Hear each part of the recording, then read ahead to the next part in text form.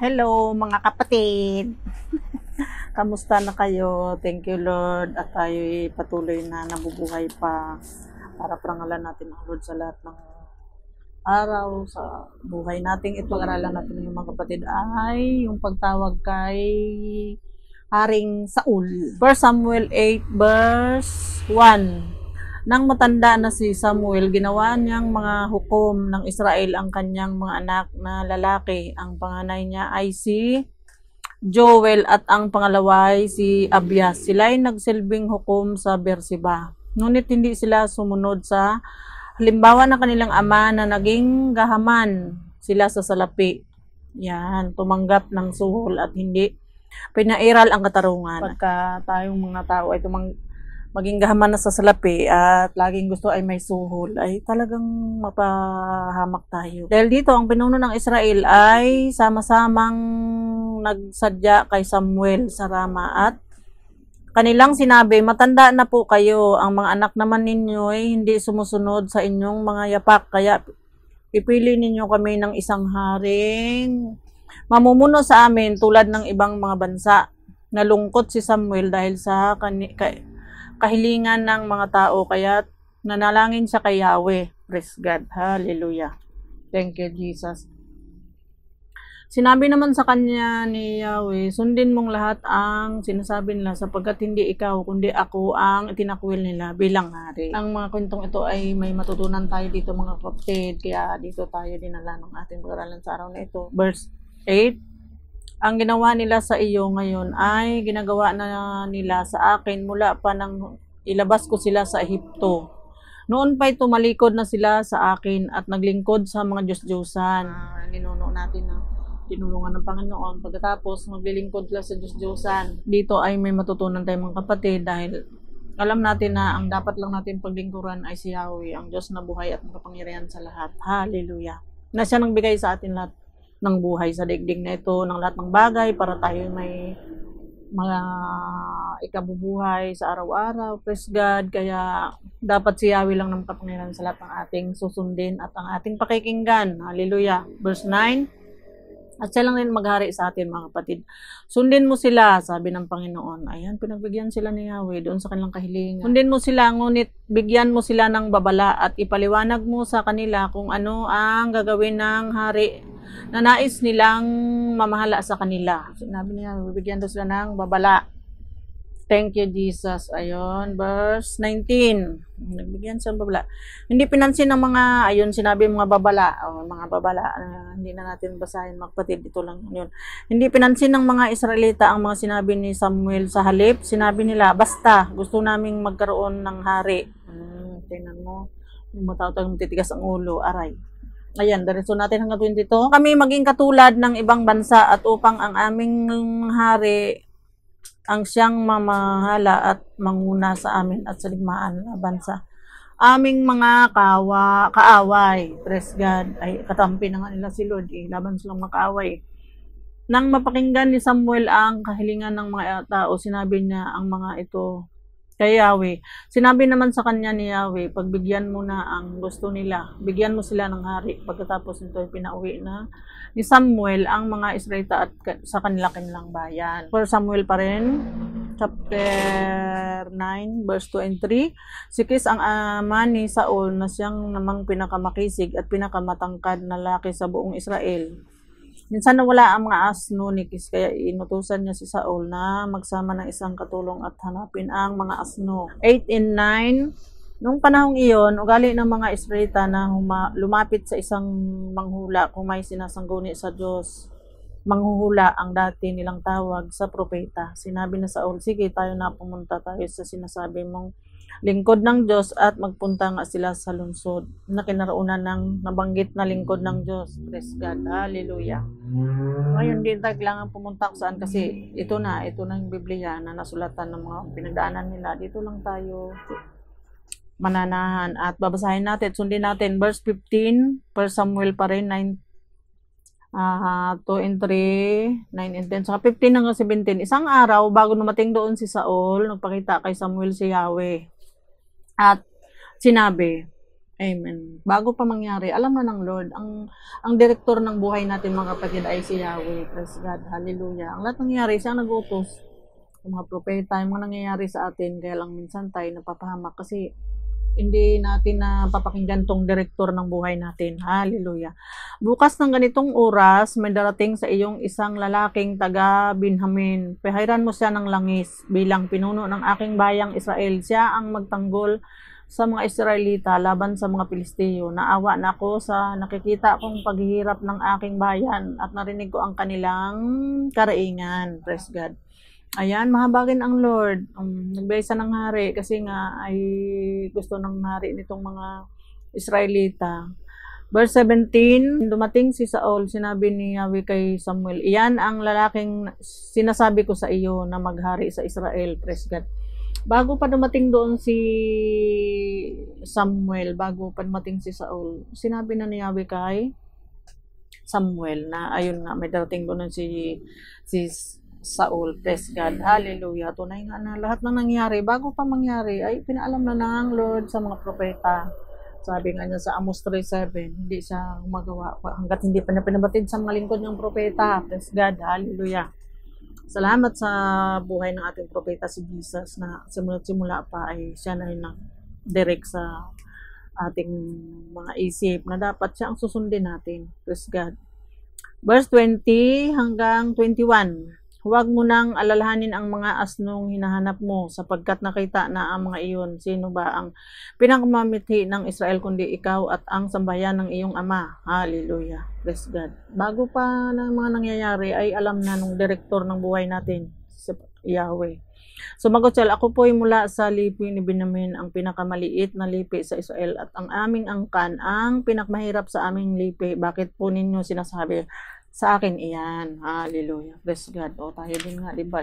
Tanisip natin wala tayong, hindi na tayo karapat-dapat salitaan to dahil verse 27, 1 Samuel chapter 9 pa rin, nang labas na sila ng lungsod, sinabi ni Samuel, paunahin mo na ang katulong mo at mag-usap tayo sandali. Sabihin ko sa iyo ang ipinasabi ng Diyos. Praise God. Ayun yung katulong na doon sa chapter 9, 2 and 3. Chapter 10 verse 4 hanggang 9. Batiin kanila at ibigay sa iyo ang dalawa sa dala nilang tinapay. Kapag inalok ka, tanggapin mo. Pagdating mo sa burol ng Diyos sa may kampo ng mga Pilisteo, makakasalubong mo naman ang isang pangkat ng mga propeta na pinangunahan ng mga manunugtog ng alpa, tamburin, plauta at lira. Sila'y galing sa altar sa burol at papahayag ng mga propesiya. Praise God. Hallelujah. Sa oras na iyon, lulukuban ka ng Espiritu ni Yahweh. Ikaw ay sasama sa kanila at gagawin mo rin ang ginagawa nila. Magbabago ang iyong pagkatao. Praise God. Hallelujah. Pag tinanggap na natin ang Lord na naghari na siya sa ating puso, tutularan natin si Jesus. Si Jesus ang tutularan natin. Ang ginagawa ng Panginoon nung siya nagkatawang tao, yun ang ating tutularan. Praise God. Hallelujah. Magbabago yung ating pagkatao. Verse 7, kapag naganap na ang mga palatandaang ito, gawin mo ang dapat mong gawin sapagkat samahan ka ng Diyos. Pagkatapos noon, mauna ka sa akin sa Gilgal at pupuntahan kita roon para ipaghain ng handog na susunugin at handog pangkaipaan. Hintayin mo ako roon ng 7 araw at sasabihin ko sa iyo ang dapat mong gawin. Ayan, kailangan kung ano sinasabi ng Lord, ayun ang dapat natin gawin at pakinggan kasi kaya nagkasala dito si Saul gawa nga nitong hindi niya pinakinggan. Verse 9, nang maghiwalay sila si Samuel, si Saul ay binigyan ng Diyos ng bagong katauhan at ng araw ring iyon naganap ang lahat ng sinabi sa kanya ni Samuel. Praise God. Ayun, naganap lahat ng sinabi ni Samuel kay Saul. Praise God. Chapter 12, 1 Samuel pa din. Verse 1, sinabi ni Samuel sa sambayang Israel, ngayon nasunod ko na ang gusto ninyo, nabigyan ko na kayo ng hari. Hallelujah. Praise God. Isipin mo yun. 12 verse 1. Verse 13, ano sabi? Narito ngayon ang haring hiningi ninyo, binigay ko na sa inyo. Nasa inyo ni Yahweh. Ayun, kahit labag sa loob niya, binigay pa rin niya. Verse 16, ngayon, tingnan ninyo ang kabablaghang gagawin ni Yahweh. Ngayon ay anihan ng trigo. Idadalangin ko sa kanya na kumulog at umulan para makita ninyo kung gaano kalaki ang pagkasalang ginawa ninyo kay Yahweh nang humingi kayo ng hari. Ayan. Dapat kasi si Yahweh ang maghahari, hindi kailangan pagharian pa ng tao. Hallelujah. Hanggang sa panahon ito, mga kapatid, kailangan ang Lord maghari sa atin. Huwag tayong, ang ating sarili ang maghari sa ating sarili. Kasi hindi naman natin pag-aari ang ating sarili. Praise God. Hallelujah. In verse 18, nanalangin nga si Samuel noong di kumukulog at noon din kumulog at umulan, silang lahat ay napuno ng matinding takot kay Yahweh at kay Samuel. Praise God. Ay malaking kasalanan yung paghingi nila ng hari. At sa panahong ito, mga kapatid, malaking kasalanan na hindi si Yahweh ang maghari sa puso natin. Pag pinagharian tayo ng kung ano man yan, bisyo, kasakiman, o pag-ibig sa kung anong bagay, malaking kasalanan yung mapapahamak tayo. Kaya kailangan ang Diyos una sa lahat ang maghari sa puso natin. Ayun, verse 19, praise God. Ipanalangin mo kay Yahweh na huwag kaming mautas dahil sa paghingi namin ng hari. Malaking kasalanan ang nagdag namin sa marami na naming pagkakasala. Oh, praise the Lord. At wala ngang matuwid, ilat ay makasalanan. Huwag kayong matakot, sabi ni Samuel, kahit malaki ang pagkakasala ninyo kay Yahweh. Huwag kayong lalayo sa Kanya. Ang kailangan ay paglingkuran ninyo siya ng buong puso. Huwag ninyo siyang tatalikuran. Hallelujah. Kailangan pa ulit-ulit tayo nagkasala. Magbalik loob tayo, humingi ng tawad. Kasi buhay pa naman tayo. Huwag naman tayo natin na nautas na. Wala nang pag-asa yun. Wala nang kabuluhan. Pagtapos na. 21, lumayo kayo sa mga Diyos-Diyosan. Hindi kayo mailigtas ni matulungan ng mga iyan. Sapagkat hindi sila tunay na Diyos. Ayan. Lumayo tayo sa kung ano-anong bisyo yung mga sarili natin ay layuan natin yung ating sarili ba na hindi tayo yung sarili natin sinusunod yung pagiging Diyos-Diyosan na natin sa ating sarili, hindi tayo mga ihipsyo. Kailangan maklaya tayo sa pagiging ihipsyo na yung naghari sa kanilang sarili ay sila. Verse 22, hindi kayo mapababayaan ni Yahweh sapagkat iyon ang kanyang pangako sa inyo, pinili niya bilang kanyang bayan. Ipanalangin ko kayo at turuan ng dapat ninyong gawin. Hallelujah. Panalangin natin at si Jesus, nalangin at turuan niya tayo ng dapat natin gawin. 24 hanggang 25, tuloy na natin. Subalit matakot kayo kay Yahweh, manatili kayong tapat sa Kanya, paglingkuran ninyo siya ng buong puso at lagi ninyong alalahanin ang mga kabutihang ginawa niya sa inyo. 25, ngunit kung manatili kayo sa inyong kasamaan, malilipol kayo lahat, pati ang inyong hari. Wala tayong mahita kung di tayo magtiwala sa Lord. Kaya kailangan sa Lord tayo magtiwala at makinig. Praise God. Verse 13. 13:6 hanggang 14. Kasi nakikipaglaban nga sa Saul siyang mamuno para labanan yung mga kaaway na yung sinasabi ni Yahweh kanina doon sa binasa natin. Praise God. Sa 9 verse 15 hanggang 17. Hallelujah. 1 Samuel 13 verse 6 hanggang 14. Nakita ang mga Israelita ang malaking panganib na kanilang kakaharapin at natakot sila kaya't nagkanya-kanya silang tago sa mga kuweba, hukay, libingan, malalaking bato at mga punong kahoy. Ang iba naman tumawid sa Jordan, papuntang Gad at Gilead. Naiwan si Saul sa Gilgal at nanginginig sa takot ang mga naiwang kasama niya. 7 araw siyang naghintay roon tulad ng sinabi sa kanya ni Samuel. Ngunit hindi pa rin ito dumarating ang mga kasama niya, isa-isa nang umalis. Kaya nagpakuha si Saul ng, ayan, ito yung nagkasala Saul kasi hindi niya nantay si Samuel, na si Samuel kasi ang maghandog, praise God. Kaya may kanya-kanyang gawain yung malingkod ng Diyos. Huwag natin baliwalain kasi pag sinabi niya, siya dapat ang masusunod, praise God, hallelujah. Pakuha si Saul ng handog na susunugin at handog pangkapayapaan at siya na ang naghandog sa mga iyon. Katatapos lamang niya maghandog nang dumating si Samuel. Huwag mainip ko ano man yung utos ng Lord. Kung may mga inantay tayo ng pagpapala ay dapat tayo maghintay. Huwag natin pangunahan ang malingkod ng Diyos. Nagsabi ko anong dapat natin gawin. Praise God. Hallelujah. Thank you, Jesus. Ayun, sinabi sa kanya ni Samuel, malaking kasalanan yung ginawa mo kung sinunod mo ang inuutos sa iyo ni Yahweh na iyong Diyos. Ang sambayan mo sana ang maghari sa buong Israel habang panahon. Ngunit, dahil sa ginawa mo, hindi na matutuloy iyon. Si Yahweh ay pipili ng isang taong mula sa kanyang puso na maghari sa Israel sapagkat hindi mo sinunod ang mga utos niya sa iyo. Praise the Lord. Hallelujah. Kaya ito ang nangyari kay Saul dahil hindi niya sinunod. Ayan, pipili daw siya. Ayun na yung Ang kasunod dito ay pagtawag kay David. Ayun, pinagbigyan pa rin siya ng Lord sa 15. Ayun, inutusan uli siya. Nagkasala niya dun sa chapter 13 dahil nga dun sa paghandog. Chapter 15, inutusan uli siya. Na lipulin na may Amalekita. Praise God. Kaya tunay nga na kailangan sumunod tayo sa Panginoon nang hindi tayo mapahamak. Ayun. 1 Samuel pa rin, 15 verse 1 2 hanggang 3. Sinabi ni Samuel kay Saul, isinugo ako ni Yahweh upang hirangin ka bilang hari ng Israel. Kaya pakinggan mo ang mensahe ni Yahweh. Pinasabi ni Yahweh na magpangilan sa lahat. Purusahan ko ang Amalekita tulad ng ginawa niya sa Israel nang ito'y nilabas ko sa Ehipto.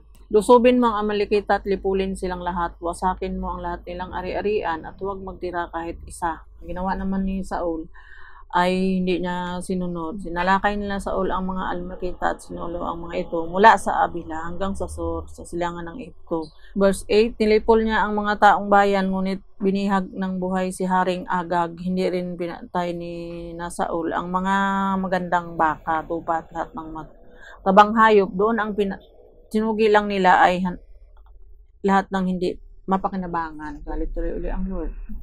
11. Nang hinayang ako sa pagpili ko kay Saul bilang hari sapagkat tinalkuran niya ako at sinuway ang aking mga utos. Nagalit si Samuel at magdamag siyang nanalangin. Mabuti naman to Samuel at pag nagagalit ay magdamag na nanalangin. Praise God.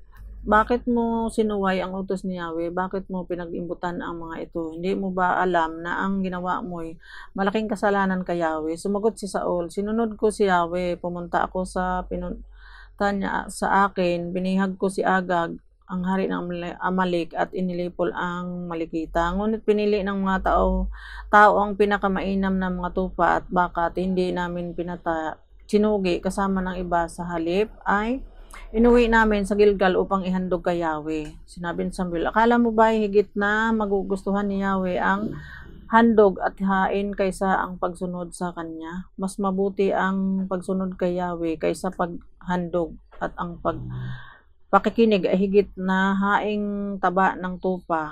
Ang pagsuway sa kanya ay kasinsama ng pangkukulam at katigasan ng ulo'y tulad ng pagsamba sa Diyos-Diyosan, sapagkat tinakwil mo ang salita ni Yahweh, tinakwil ka rin niya bilang hari. Ayan, tinakwil daw siya bilang hari. Sinabi ni Samuel, hindi kita masasamahan sapagkat sinuway mo ang utos ni Yahweh, tinakwil ka na niya bilang hari ng Israel. Tumalikod si Samuel upang umalis, ngunit hinawakan ni Saul ang kalaylayan ng damit niya at napunit ang kapiraso nito. Sinabi ni Samuel kay Saul, sa araw na ito, tinanggal na sa iyo ni Yahweh ang pagiging hari ng Israel at ibinigay na ito sa isang taong mas mabuti kaysang sa iyo. Ayan. On verse 35, mula noon hindi na siya muling nagpakita kay Saul. Subalit ikinalungkot din niya ang pangyayari kay Saul. Si Yahweh naman ay nang hinayang sa pagkapili niya kay Saul bilang hari. Praise God.